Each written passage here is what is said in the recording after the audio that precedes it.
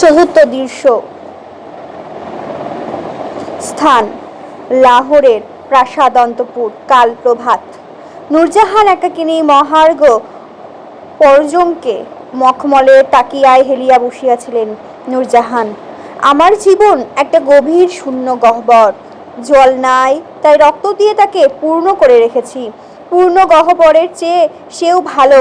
আমার বর্তমান একটা বিরাট নৈরাশ্য, এই একটা বিরাট হাহাকার তাকে ব্যপ্ত করে রেখেছি, নইলে এই নৈরাশ্যের স্তব্ধতা অসহ্য হয়ে ওঠে। আমি ছুটেছি যেন নিজের থেকে নিজে পালাবার জন্য। ভাবছি, বিকারের উত্তাপে কার্য হচ্ছি, অঙ্কুশ তাড়নার উন্মাদনায়। আসফ প্রবেশ করলেন। নূরজাহান, কি সংবাদ?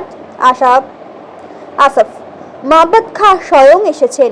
তিনি শিবিরের বাহিরে সম্রাটের সাক্ষাতের প্রতীক্ষায় আছেন। নূরজাহান, সাক্ষাতের প্রয়োজন নাই, বলগে। আসফ, সে কি সম্রাজ্ঞী, তিনি সাক্ষাৎ মাত্র চান তাও? নূরজাহান, চুপ, উপদেশ চাই নাই, আজ্ঞা পালন করো। মহম্মদ খাঁকে বলো সে সম্রাটের আদেশ এই যে সে এই মুহূর্তে পাঞ্জাব যাত্রা করে। সাক্ষাতের প্রয়োজন নাই, প্রস্থান। আসফ, ভারতবর্ষে বর্তমান ইতিহাস দাঁড়িয়েছে এক নারীর অবোধ স্বেচ্ছাচারের ইতিহাস। এই সময় জাহাঙ্গীর সেইখানে আসিলেন।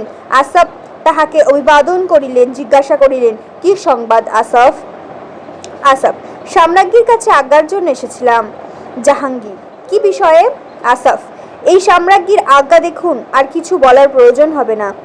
জাহাঙ্গীর পত্রখানি পাঠ করিয়া নীরবে প্রত্যাপন করলেন। আসফ, জাহাপনা, এই আজ্ঞা পালন করতে হবে। জাহাঙ্গীর, অবশ্য, যাও। আসফ চলিয়া গেলেন। নূরজাহান পুনঃপ্রবেশ করিয়া সম্রাটকে দেখিয়া কহিলেন, এই যে সম্রাট। জাহাঙ্গীর, নূরজাহান, তুমি মহম্মদকে আমার সঙ্গে সাক্ষাৎ করতে দাওনি? নূরজাহান, না, কেন দিই নাই শুনবেন? পড়ুন এই মহম্মদ খাঁর পত্র।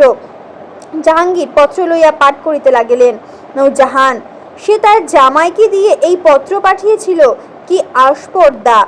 আমি তার জামাতার মস্তক মুন্ডন করে গাধার পিঠে চড়িয়ে ফিরে পাঠিয়ে দিয়েছি। জাহাঙ্গীর, তা না করলেও চলতো।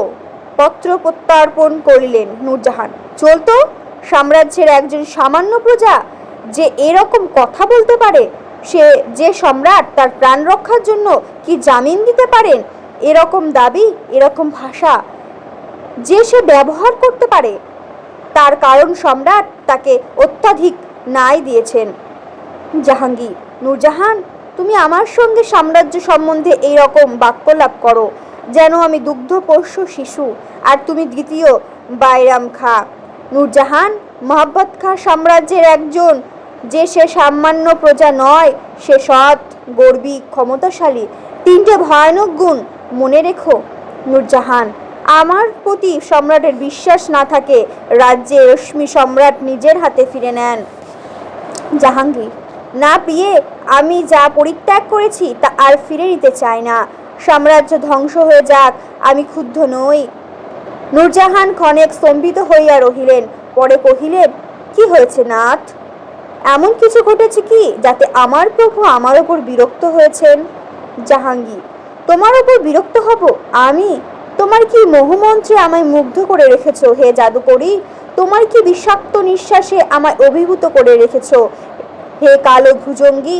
আমি তোমার মগ্ন হয়ে আছি, উঠতে পারছি না, পথ হারিয়ে গিয়েছে, বেরোবার সাধ্য নাই। তোমার ওপর বিরক্ত হব? নূরজাহান, তবে জাহাপনা বিরক্ত হন নাই? জাহাঙ্গীর, না নূরজাহান, একটা কথার কথা বলেছিলাম মাত্র। তোমায় এই সাম্রাজ্য দিয়েছি, ভোগ করো বা ধ্বংস করো। আমি যে সাম্রাজ্য পেয়েছি তার কাছে কিছুই নয়। চলো নাট্য মন্দিরে। নূরজাহান, চলুন। জাহাঙ্গীর, সুরা সৌন্দর্য ও সঙ্গীত আমায় ঘিরে রাখুক, আর তার ওপর তুমি তোমার রূপ, কণ্ঠস্বর, চুম্বন, আলিঙ্গন দাও প্রিয়ে। চক্ষু থেকে পৃথিবী নিভে যাক কদিনের এই সংসার। পঞ্চম দৃশ্য। স্থান উদয়পুরে শাহজাহানের প্রাসাদ। কাল মধ্যাহ্ন। মেবারের রানা কর্ণসিংহ কুমার শাহজাহান কথোপকথন করিতেছিলেন। কর্ণ, শাহজাদা, আমার আতিথ্যের কোনো ত্রুটি হচ্ছে না। শাহজাহান, ত্রুটি রানা? আমি সপরিবারে এখানে যে শান্তি সুখে আছি, আগ্রায় তা ছিলাম না। আপনি আমার জন্য প্রাসাদ তৈরি করে দিয়েছেন, সিংহাসন তৈরি করে দিয়েছেন, আমার আরাধনার জন্য মাদার মসজিদ তৈরি করে দিয়েছেন। কর্ণ, শাহজাদার যখন যা ইচ্ছা হয় অনুগ্রহ করে ব্যক্ত করবেন, আমি সাধ্য মতো করব। শাহজাহান, আমার ইচ্ছা সব ব্যক্ত করবার আগেই পূর্ণ হয়েছে। মেবার সেনাপতি বিজয় সিংহের প্রবেশ। কর্ণ, কি সংবাদ বিজয় সিংহ? বিজয়, বাহিরে মোগল সেনাপতি মোহাম্মদ খাঁ মহারানার সাক্ষাৎ প্রার্থী। কর্ণ, মোহাম্মদ খাঁ? বিজয়, হ্যাঁ মহারানা। কর্ণ, তাকে সসম্মানে নিয়ে এসো। বিজয় সিংহের প্রস্থান। শাহজাহান, মোহাম্মদ খাঁ হঠাৎ এখানে? বিজয় সিংহের সহিত মোহাম্মদ খাঁর প্রবেশ। মোহাম্মদ, বন্দেকি শাহজাদা, বন্দেগি রানা। শাহজাহান, বন্দেকি মোহাম্মদ খাঁ। রানা, বন্দেগি সেনাপতি। মোহাম্মদ, আমি এখন আর সেনাপতি নই রানা। শাহজাহান, তা বটে, তুমি তো এখন বঙ্গের সুবাদার। মোহাম্মদ, তাই নই, সাম্রাজ্ঞীর অনুগ্রহে আমি সে সম্মান হতে চ্যুত হয়েছি। শাহজাহান, সে কি? তবে তুমি এখন কি? মোহাম্মদ, কিছু না, একজন পুরাতন রাজপুত সৈনিক। আমি বিধর্মী হয়েছি বটে, হাই সে কালিমা আর ধৌত করবার উপায় নাই, কারণ শত তপস্যায় আর হিন্দু হতে পারি না। তবে এবার ইচ্ছা হয়েছে যে একবার হিন্দু হয়ে লড়ব, যেমন এতদিন মুসলমানের হয়ে লড়েছি। শাহজাহান, কি মোহাম্মদ, ব্যাপারখানা কি? মোহাম্মদ, ব্যাপারখানা এই যে সম্রাট এখন আর জাহাঙ্গীর নন, সম্রাট নূরজাহান। বিনা দোষে তিনি আমার সেনাপতি পদচ্যুত করে পরভেজের অধীনে বঙ্গদেশে সুবাদার করে পাঠান, আবার বিনা দোষে পাঞ্জাবে বদলি করেন। আমি একবার সম্রাটের সাক্ষাৎ চেয়েছিলাম, তার উত্তরে আমার জামাতার মস্তক মুন্ডন করে গাধার পিঠে চড়িয়ে ফিরে পাঠান। তারপরে আমি নিজে শিবিরদ্বারে গিয়েছিলাম, দূরীভূত হয়েছি। ব্যাপারখানাটা এই। শাহজাহান, আশ্চর্য সাহস সেই নারীর। কর্ণ, তা আপনি হঠাৎ এখানে এলেন যে খাঁ সাহেব? মোহাম্মদ, আপনার অধীনে একটা চাকুরি খুঁজতে। আমি পুরাতন রাজপুত সৈনিক, ধর্মে যাই হই মেবার আমার জন্মভূমি, আপনি মেবারের রানা, আপনার অধীনে একটি সৈন্যধ্যক্ষের পদ চাই, তার অবমাননা করব না। কর্ণ, আমি এই দণ্ডে আপনাকে আমার সমস্ত মেবারের সৈনিকের অধিনায়ক করলাম। মোহাম্মদ খাঁ কহিলেন, মেবারের রানার জয় হোক। পরে শাহজাহানকে কহিলেন, শাহজাদা, আমায় নেমক্ষারাম ভাববেন না। আমি মোগলের দাস ছিলাম, বিধর্মী হয়েছিলাম, স্বদেশের বিপক্ষে লড়েছিলাম, কারণ সম্রাটের নিমক খেয়েছিলাম। তবে এখন আর আমি তার কিছু ধারি না। সম্রাট স্বহস্তে সে বন্ধন কেটে দিয়েছেন। এতদিন একটা পিঞ্জরাবদ্ধ ব্যাঘ্রের ন্যায় গর্জাচ্ছিলাম, আজ পিঞ্জর ভেঙে বেরিয়েছি। এবার দেখব যে আমাকে এতদিন মোগলের পক্ষে ধরে রেখেছিল, যে সে আমার ধর্ম মোগলের শক্তি নয়। শাহজাহান, মোহাম্মদ খাঁ, আমি তোমার এ ক্রোধ বুঝতে পারছি। পিতা সম্রাজ্ঞীর হস্তে যন্ত্রমাত্র। সম্রাজ্ঞী এক স্বেচ্ছাচারিণী নারী, যার উচ্ছৃঙ্খল রাজ্য বাস করা কোনো আত্মভিমানীর ব্যক্তির পক্ষে অসম্ভব। আমি তাই উদয়পুরে এসে রানার আতিথ্যে বাস করছি। তুমি তাকে দমন করতে চাও? এমনকি তুমি যদি এই স্বেচ্ছাচার রাজত্বকে নামিয়ে আবার হিন্দু সাম্রাজ্য পুনঃস্থাপন করতে চাও, তাতেও আমার পূর্ণ সহানুভূতি আছে। চাও তো আমি সে উদ্দেশ্যে সাধনে সাহায্য করব। মোহাম্মদ, শাহজাদা আপনি মহৎ। রানা, 6 মাসের জন্য এই সৈন্যের মধ্যে 5000 রাজপুত অশ্বরোহীর নিয়োজনের অবাধ অধিকার আমি ভিক্ষা করি। শাহজাহান, এই 5000 সৈনিক নিয়ে তুমি কি করবে মোহাম্মদ? মোহাম্মদ, সম্রাটের সঙ্গে দেখা করব। তিনি আমার সঙ্গে দেখা করবেন না, কিন্তু আমি তার সঙ্গে দেখা করব। রানা, আমি আর কোনো বেতন চাই না। এই অগ্রিম বেতন, এই অনুগ্রহটুকুর জন্য আমি আপনার চরণে আজীবন বিকৃত হয়ে থাকব। কর্ণ, আমার কোনো আপত্তি নাই মেবার সেনাপতি। মোহাম্মদ, বর্তমান সৈন্যধ্যক্ষ কে? কর্ণ, বিজয় সিংহকে দেখিয়া। এর নাম বিজয় সিংহ। মোহাম্মদ, বিজয় সিংহ? তুমি 5000 রাজপুত অশ্বরোহী বেছে নাও। এমন 5000 বেছে নেবে যারা জয়লাভ না করে যুদ্ধক্ষেত্রে হতে ফেরেনি, যারা কম কথা কয়, যারা ইঙ্গিতে প্রাণ দিতে পারে। বিজয়, যে আজ্ঞা সেনাপতি। মোহাম্মদ, যারা ইঙ্গিতে প্রাণ দিতে পারে বিজয় সিংহ। রানা, এখন আমায় একটু বিশ্রামের অনুমতি দিন, বড় ক্লান্ত হয়েছি। কর্ণ, বিজয় সিংহ, একে এখন বিশ্রামাগারে নিয়ে যাও। এর পরিচর্যা তুমি স্বয়ং পর্যবেক্ষণ করো, যাও। মহাব্বত, যারা ইঙ্গিতে প্রাণ দিতে পারে বুঝলে বিজয় সিংহ রানা। যার প্রাণের চেয়ে আত্মমর্যাদা বড়, সে আত্মমর্যাদা থাকেই থাকেই থাকে। আদাব। এই বলিয়া চলিয়া গেলেন। সঙ্গে সঙ্গে বিজয় সিংহ গেলেন। কর্ণ, শাহজাদা রানা। কর্ণ, বুঝতে পারছি যে হিন্দু জাতির পতন হয়েছে। কেন? শাহজাহান, কেন রানা? কর্ণ, যখন মনে হয় যে মহাব্বত খাঁ ধর্মভীরু কর্মবীর ব্যক্তিকে গুটিকতক আচারগত বৈষম্যের জন্য আপনার বলে জাতির মধ্যে আলিঙ্গন করে নিতে পারেনি, তখন বুঝি কেন আমাদের অধঃপতন হয়েছে। যেখানে জীবন সেখানে সে বাহির জিনিস টেনে নিজের করে নেয়, আর যেখানে মরণ সেখানে সে শতধা হয়ে নিজের গলে খসে পড়ে। আমাদের এই মহাব্বতকে আমরা ছেড়ে দিয়েছি, আর আপনারা আপন করে নিয়েছেন, তাই আপনারা উঠেছেন আর আমরা পড়েছি। ষষ্ঠ দৃশ্য। স্থান সিন্ধু নদ। এক পারে নূরজাহান ও মোগল সৈন্য, অপর পারে রাজপুত সৈন্য। মধ্য সেতু। সেতুর ওপরে রাজপুত সৈন্য, হস্তির পৃষ্ঠে নূরজাহান বসিয়াছিলেন, তাহার সম্মুখে অশ্বপৃষ্ঠে আসাফ। নূরজাহান, মহাব্বত খাঁ ৫,০০০ মাত্র সৈন্য নিয়ে এসেছে, আর তোমরা সব ভয়ে বিহ্বল হয়েছ। সৈন্যরক্ষক কোথায়? আসাফ, তিনি ওপারে। নূরজাহান, মূর্খ, ওপারে কি করছে? যখন সৈন্য সব এপারে, সৈন্যদের আজ্ঞা দাও ওপারে গিয়ে রাজপুত সৈন্য আক্রমণ করে। আসাফ, সৈন্যাধ্যক্ষ? নূরজাহান, তোমার সৈন্যাধ্যক্ষ নিযুক্ত করলাম। আসাফ, সেতুপথ অগম্য, রাজপুত সৈন্য তা অধিকার করেছে। নূরজাহান, তা দেখছি আসাফ, সে রাজপুত সৈন্য ভেদ করে যাও। আসাফ, তাতে বহু মোগল সৈন্য বিনষ্ট হবে। নূরজাহান, হোক, যাও, আক্রমণ করো। আসাফ প্রস্থান করিলেন। নূরজাহান, আশ্চর্য সাহস এই মহাব্বত খাঁর, মোটে ৫,০০০ সৈন্য নিয়ে মোগল সৈন্য আক্রমণ করা অসমসাময়িক বটে। ও কি শব্দ? একজন সৈনিক শশব্যস্ত প্রবেশ করিয়া ও কহিলেন, সম্রাজ্ঞী, আমাদের রাজপুত সৈন্য মহাব্বত খাঁর সঙ্গে যোগ দিয়েছে। নূরজাহান, যোগ দিয়েছে? সে কি? সৈনিক, হ্যাঁ জাহাপনা, তারা যুদ্ধের মধ্যে হঠাৎ জয় মহাব্বত খাঁ বলে চেঁচিয়ে উঠল, পরে তারা সব মহাব্বত খাঁর সৈন্যের সঙ্গে মিশে গেল। সেতু মধ্যভাগ জ্বলিয়া উঠিল। নূরজাহান, সম্রাট এখনো ওপারে? সৈনিক, হ্যাঁ খোদাবন্দ। নূরজাহান, অগ্রসর হও। কি আসাফ? আসাফ প্রবেশ করিয়া বলিলেন, সম্রাজ্ঞী, রাজপুত সৈন্য মহাব্বত খাঁর সৈন্যের সঙ্গে যোগ দিয়েছে। নূরজাহান, তা শুনেছি, আর কিছু? আসাফ, রাজপুত সৈন্য সেতু বন্ধ পুড়িয়ে দিয়েছে, ওপারে যাবার আর উপায় নাই। নূরজাহান, সম্রাট ওপারে? আসাফ, হ্যাঁ, তিনি ওপারে। নূরজাহান, সমতরণ দিয়ে নদী পার হও, আক্রমণ করো। আসাফ, সম্রাজ্ঞী। নূরজাহান, আক্রমণ করো। আসাফের প্রস্থান।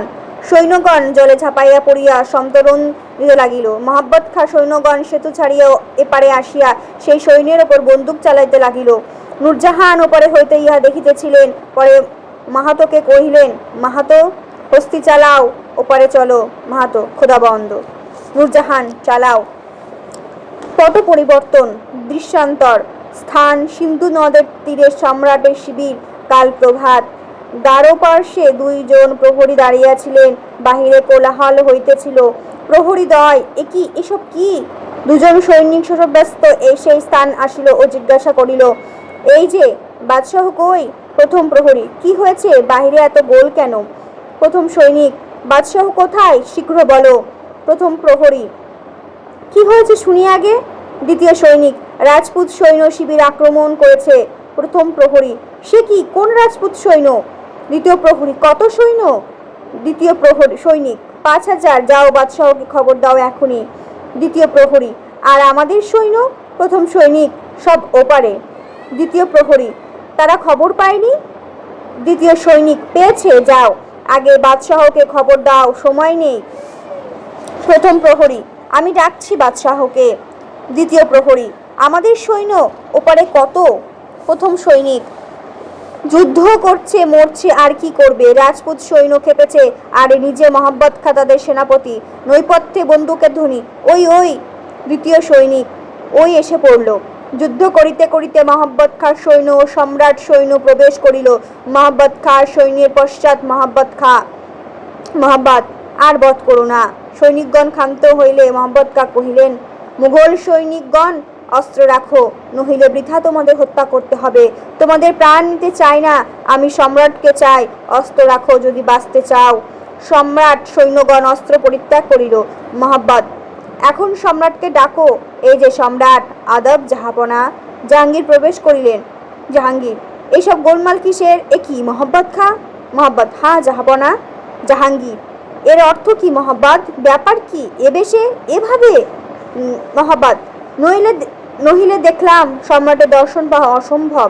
মাফ করবেন জাহাপনা যে এ উপায় অবলম্বন করতে বাধ্য হয়েছি, কিন্তু সম্রাজ্ঞী যখন বলে পাঠালেন যে মোহাম্মদ খাঁ সম্রাটের দর্শন পাবে না, মোহাম্মদ খাঁ প্রতিজ্ঞা করলে যে সে দেখা করবেই। আমি জানি জাহাপনা যে অনুনয়ের চেয়ে যুক্তির জোর বেশি, কিন্তু কামানের ধ্বনির কাছে কেউই লাগে না। জাহাঙ্গীর, আমার সৈন্য? মোহাম্মদ, সব ওপারে, তারা আর এপারে আসছে না জাহাপনা। তার আশা করবেন না, আমি সেতু বন্ধ পুড়িয়ে দিয়েছি। জাহাঙ্গীর, ও বুঝেছি। মোহাম্মদ, তোমার এই ঔদ্ধত্য মার্জনা করলাম। তোমার সৈন্যদের বিদায় দাও। নিস্তব্ধ যে। মোহাম্মদ, জাহাপনা, এরা আমার জীবন রক্ষার জন্য সমুচিত জামিন না নিয়ে যেতে চায় না। জাহাঙ্গীর, তোমার অভিপ্রায় কি? মোহাম্মদ, আমার অভিপ্রায় জাহাপনার ধারণা করিয়ে দেওয়া যে মোহাম্মদ খাঁ ঠিক জাহাপনার পোষা কুকুরটি নয়, যে আপনি তু করে ডাকবে না, সে লেজ নাড়াতে নাড়াতে আসবে, আর আপনি ছে করে পদাঘাত করবেন, আর সে লেজ গুটিয়ে পালাবে। জাহাঙ্গীর ভ্রু কুঞ্চিত করিয়া কহিলেন, মোহাম্মদ, আমি তোমার প্রতি অন্যায় করেছি বটে, কি জামিন চাও বলো? মোহাম্মদ, কিছু না জাহাপনা, মৃগয়া যাবার সময় হয়েছে, চলুন, পরে বিবেচনা করা যাবে। জাহাঙ্গীর, মৃগয়া? মোহাম্মদ, হ্যাঁ জাহাপনা, মৃগয়া। জাহাঙ্গীর, এখানে তো আমার মৃগয়ার অশ্ব নাই। মোহাম্মদ, আমি দিচ্ছি। বিজয় সিংহ, আমার সর্বোৎকৃষ্ট অশ্ব জাহাপনার জন্য নিয়ে এসো। দেখো সে অশ্ব যেন ভারত সম্রাটের উপযুক্ত হয়, আর তুমি স্বয়ং সসৈন্যের এর পার্শ্ব রক্ষা রইবে। যাও। বিজয় সিংহ চলিয়া গেলেন। মোহাম্মদ, আসুন জাহাপনা। জাহাঙ্গীর ভ্রুকুঞ্চিত করিয়া কহিলেন, বুঝেছি, তুমি আমাকে জামিন স্বরূপ রাখতে চাও, আমি তবে তোমার বন্দী। মোহাম্মদ, ঠিক বন্দী নন জাহাপনা, তবে আমি আপাতত জাহাপনার সুনাম রক্ষার ভার নিলাম। জাহাপনা, আপনি ভারত সম্রাট, আপনি মহাত্মা আকবরের পুত্র, কিন্তু আপনার শাসন দাঁড়িয়েছে এক মাতালের মাতলামি, এক উন্মাদের প্রলাপ, এক উশৃঙ্খলের স্বেচ্ছাচার। কে আপনি? কোথা থেকে এসেছেন? কি সত্যে আপনি এক অতি পুরাতন সভ্য জাতিকে শাসন করতে বলেছেন? যদি সে ন্যায়ের শাসন না হয়, হিন্দু এ সাম্রাজ্য হারিয়েছে, কারণ তার আশা ভরসা এখানে নয়, ঊর্ধ্বে আঙুল দেখিয়া ওইখানে। সে ইহকালে হারিয়েছে পরকালে বিষয়ের বড় অধিক ভেবে। তবু জানবেন সম্রাট, যে যদি এ শাসন অন্যায়ের শাসন হয়, যদি এই শাসন একটা বিরাট অত্যাচার মাত্র হয়, যদি হিন্দুর এই অসীম উদাসীন্যকেও খেপিয়ে তোলেন, তো নিমিষে মোগল সাম্রাজ্য প্রভাতের কুজ্ঝটিকার মতো বিলীন হয়ে যাবে। আসুন সম্রাট। সপ্তম দৃশ্য। স্থান আগ্রার সম্রাটের অন্তঃপুর। কাল সায়াহ্ন। লয়লা ও শারিয়ার কথোপকথন হইতেছিলেন। শারিয়ার কহিলেন, শুনেছ লয়লা, পিতার সংবাদ শুনেছ? লয়লা, না, শুনবার প্রবৃত্তি নাই। শারিয়ার, তিনি মোহাম্মদ খাঁ হাতে বন্দী। আর তোমার মা? লয়লা, আমার মা? শারিয়ার, তিনি হস্তি পৃষ্ঠে সিন্ধু নদ পার হতে গিয়েছিলেন, তারপর তার ফিরে যেতে হয়েছে। লয়লা, তারপরে? শারিয়ার, তারপরে তিনিও মোহাম্মদ খাঁর বন্দী।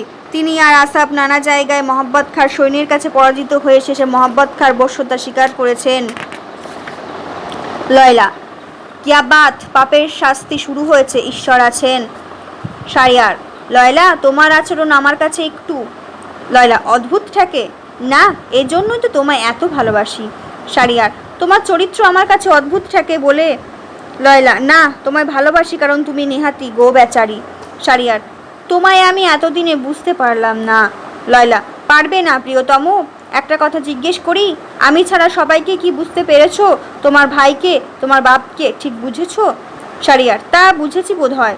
লয়লা, বুঝেছ? সোনার চাঁদ আমার। না প্রিয়তম, আজ পর্যন্ত কেউ কাউকে বুঝতে পারেনি। পৃথিবীর প্রত্যেক মানুষের অন্তত খানিকটা অন্যায়ের কাছে চিরান্ধকার, ঈশ্বর দয়াময়। তাই এই বিধান করেছেন বোধহয়, যদি একদিন পৃথিবীতে সমস্ত মানুষের অন্তর্জগৎ হঠাৎ উদ্ঘাটিত হয়ে যায় তো পৃথিবীটা কি বিভৎস দেখায় ঈশ্বর। এছাড়া তোমার জগতে কি আর একটা নরক আছে? শারিয়ার: কিছু বুঝতে পারলাম না। লয়লা: বুঝতে চেষ্টা করো না, কিছুই যে বুঝতে পারো না। এইটুকুই তোমার চরিত্রের মাধুর্য, সেটুকু হারিও না। তা যদি হারাও তো তোমার মধ্যে ভালোবাসার কিছু থাকবে না। প্রস্থান। শারিয়ার: এতদিনে বুঝলুম না যে লয়লা আমায় ভালোবাসে, কি অবজ্ঞা করে, কিন্তু তার এরকম ব্যবহার আমি আর সহ্য করব না। আমি এবার তাকে সোজা বলবো যে এরকম ব্যবহার আমি ভালোবাসি না। অষ্টম দৃশ্য। স্থান: সম্রাট শিবির। কাল প্রভাত। মোহাম্মদ খা একা কি শিবিরের মধ্যে পদচারণ করিতেছিলেন ও ভাবিতেছিলেন, না, তার মরাই ঠিক। এই সাম্রাজ্ঞী সম্রাট পরিবারে বিচ্ছেদ, বিগ্রহ, অশান্তি এনেছেন। সাম্রাজ্যের বিলাস, অত্যাচার, বিশৃঙ্খলা এনেছেন। পৃথিবীতে এতটা অসহনীয় স্পর্ধা, স্বেচ্ছাচার, পাপ এনেছেন। তার মরতে হবে। রাজপরিবারের মঙ্গলের জন্য, সাম্রাজ্যের মঙ্গলের জন্য, মানবজাতির মঙ্গলের জন্য তার মরাই ঠিক। আর সে আজই যত শীঘ্র হয়। এই যে সম্রাট। জাহাঙ্গীরের প্রবেশ। মোহাম্মদ নতশিরে সম্রাটকে অভিবাদন করিলেন। জাহাঙ্গীর: বলো, তোমার কি অভিপ্রায়? মোহাম্মদ: একবার সাক্ষাৎ চেয়েছিলাম। বসুন জাহাপনা। জাহাঙ্গীর বসিয়া: উত্তম, বলো তোমার অভিপ্রায়। মোহাম্মদ ক্ষণিক নিস্তব্ধ থাকিয়া ধীরে ধীরে কহিলেন, জাহাপনা, আমার নিবেদন ব্যক্ত করার আগে একটা কথা জানানো দরকার, বিবেচনা করি। সম্রাট যেন মনে না করেন যে আমি জাহাপনাকে নিজের আয়ত্তের মধ্যে পেয়ে কোনো রকম হুকুম চালাচ্ছি। তবে আমার এক অভিযোগ আছে, আমি সমদর্শী বিচার চাই মাত্র। জাহাঙ্গীর: কার বিপক্ষে তোমার অভিযোগ মোহাম্মদ খা? মোহাম্মদ খা আবার ক্ষণমাত্র স্তব্ধ থাকিয়া কহিলেন, আমি যার বিপক্ষে আজ অভিযোগ করছি জাহাপনা তার রূপ, তার পদবী, তার অন্য গুণ সব ভুলে যাবেন। আশা করি শুদ্ধ তিনি দোষী কিনা এই বিচার করবেন। তারপরে যদি তিনি দোষী সাব্যস্ত হন তবে তার যোগ্য দণ্ড দেবেন, এই মাত্র প্রার্থনা করি। জাহাঙ্গীর: উত্তম, কার বিপক্ষে তোমার অভিযোগ? মোহাম্মদ ভারত সাম্রাজ্ঞী নূরজাহানের বিপক্ষে। জাহাঙ্গীর: তা পূর্বেই বুঝেছিলাম, বলো কি অভিযোগ। মোহাম্মদ: প্রথম অভিযোগ এই যে তিনি বন্দররাজকে দিয়ে যুবরাজ খসরুকে হত্যা করেন, আর তাতেই পূজ্য সাম্রাজ্ঞীর মৃত্যু হয়। জাহাঙ্গীর: অভাগা পুত্র খসরু। মোহাম্মদ: দ্বিতীয় অভিযোগ এই, তিনি নিজের কোনো গূঢ় অভিসন্ধি সাধনের জন্য সে হত্যার দোষ কুমার শাহজাহানের স্কন্ধে চাপিয়ে তাকে বিদ্রোহে উত্তেজিত করেছিলেন। আর জাহাঙ্গীর: আর? মোহাম্মদ: তৃতীয় অভিযোগ এই যে তিনি জাহাপনার শুভ্র নামে কলঙ্ক এনেছেন এবং জাহাপনার নাম ব্যবহার করেছেন নিজের উচ্ছৃঙ্খল প্রবৃত্তির আবরণ স্বরূপ। এই তিন অভিযোগের মধ্যে যদি কোনটি সম্রাট অমূলক বিবেচনা করেন তো সাম্রাজ্ঞী মুক্ত পান। জাহাঙ্গীর: আজই তিনি অপরাধী হন। মোহাম্মদ: দণ্ড দিন। জাহাঙ্গীর নীরবে রহিলেন। মোহাম্মদ: তবে অভিযোগ সত্য? জাহাঙ্গীর নীরব রহিলেন। মোহাম্মদ: এই অপরাধের যোগ্য দণ্ড এক মৃত্যু। জাহাঙ্গীর: মোহাম্মদ খা, শোনো। মোহাম্মদ: ন্যায় বিচার করবেন, দোহাই ধর্ম। জাহাঙ্গীর নীরবে রহিলেন। মোহাম্মদ: জাহাপনার বিচারে সাম্রাজ্ঞীর ওই যোগ্য দণ্ড কিনা? জাহাঙ্গীর: হ্যাঁ, তার যোগ্য দণ্ড মৃত্যু। মোহাম্মদ: তবে সাম্রাজ্ঞীর প্রতি এই প্রাণদণ্ডের আজ্ঞা দস্তখত করুন। কাগজ ও লেখনী তাহার সম্মুখে ধরিলেন। জাহাঙ্গীর: তথাপি? মোহাম্মদ: সম্রাট বিচার করেছেন, দণ্ড দিন, দস্তখত করুন। জাহাঙ্গীর নীরবে দস্তখত করিলেন। মোহাম্মদ বিজয় সিংহের প্রবেশ। মোহাম্মদ: যাও, এই আজ্ঞা সাম্রাজ্ঞী শিবিরে নিয়ে গিয়ে সাম্রাজ্ঞীকে দাও। তারপর তুমি স্বয়ং এই আজ্ঞা পালন করো, আর দ্বিতীয়বার আজ্ঞার প্রয়োজন নাই। বিজয় সিংহ দণ্ডাজ্ঞা লইয়া চলিয়া গেলেন। মোহাম্মদ: এই তো সম্রাট জাহাঙ্গীরের বিচার। জাহাপনা যখন স্বয়ং শাসন করেছিলেন তারই বিপক্ষে শত্রুরও কিছু বলবার ছিল না, কারণ সে ন্যায় বিচারের শাসন ছিল। তারপরে এই সাম্রাজ্ঞীর প্রভাব সম্রাটের শুভ্র যশকে রাহুর মতো গ্রাস করলে বান্দার কাজ সেই যশকে, সেই রাহু মুক্ত করা। আমাদের সম্রাট জাহাঙ্গীরের ফিরে পেতে চাই।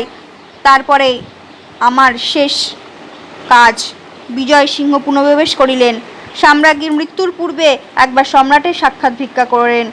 জাহাঙ্গীর মহব্বত খান মুখের দিকে চাহিলেন। মহব্বত, সাক্ষাৎ কিসের জন্য জিজ্ঞাসা করে এসো।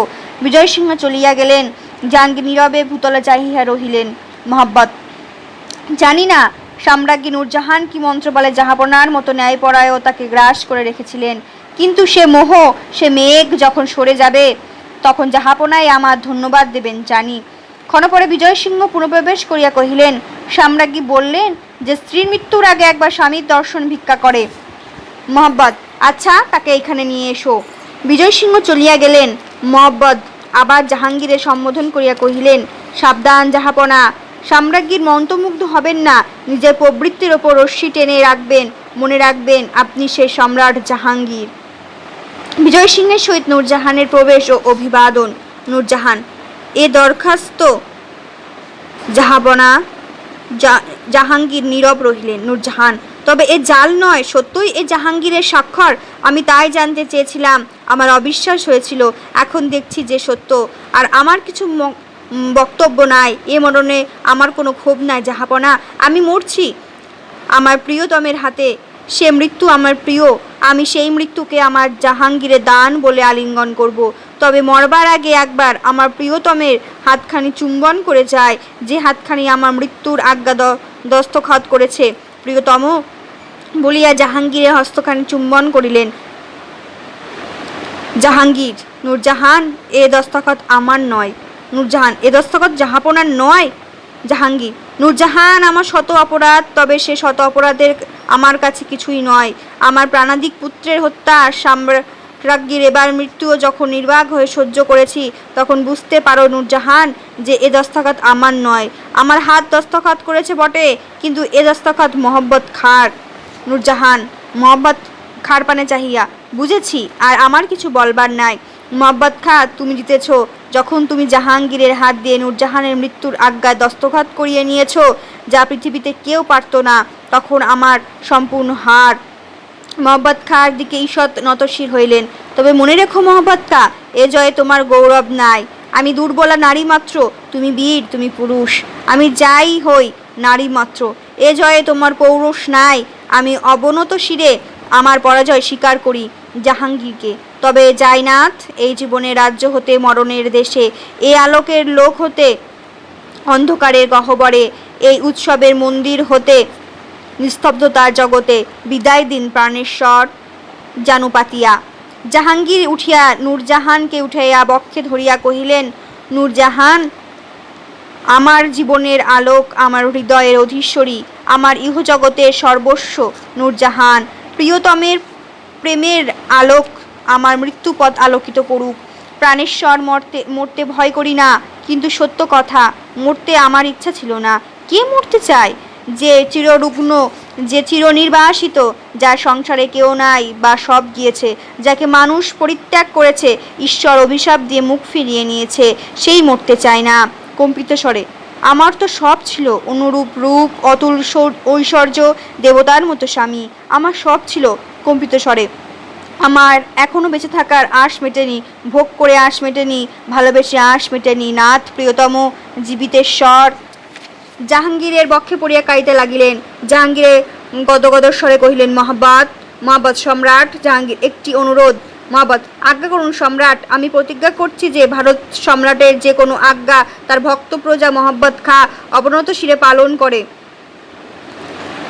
জাহাঙ্গীর, মহব্বত খাঁ, তোমার কাছে আমি নূরজাহানের প্রাণ ভিক্ষা চাই। দেখো সে কাঁদছে। মহব্বত, তাই হোক সম্রাট। সম্রাজ্ঞী, আপনি মুক্ত। সম্রাজ্ঞী নূরজাহান, আপনার অমানসী মনীষা, অসাধারণ রূপ, বিশ্ববিজয়িনী শক্তি, যা এতদিনে সাধন করতে পারেনি, আজ এই মুহূর্তে আপনার অশ্রু জল তাই সাধন করলে।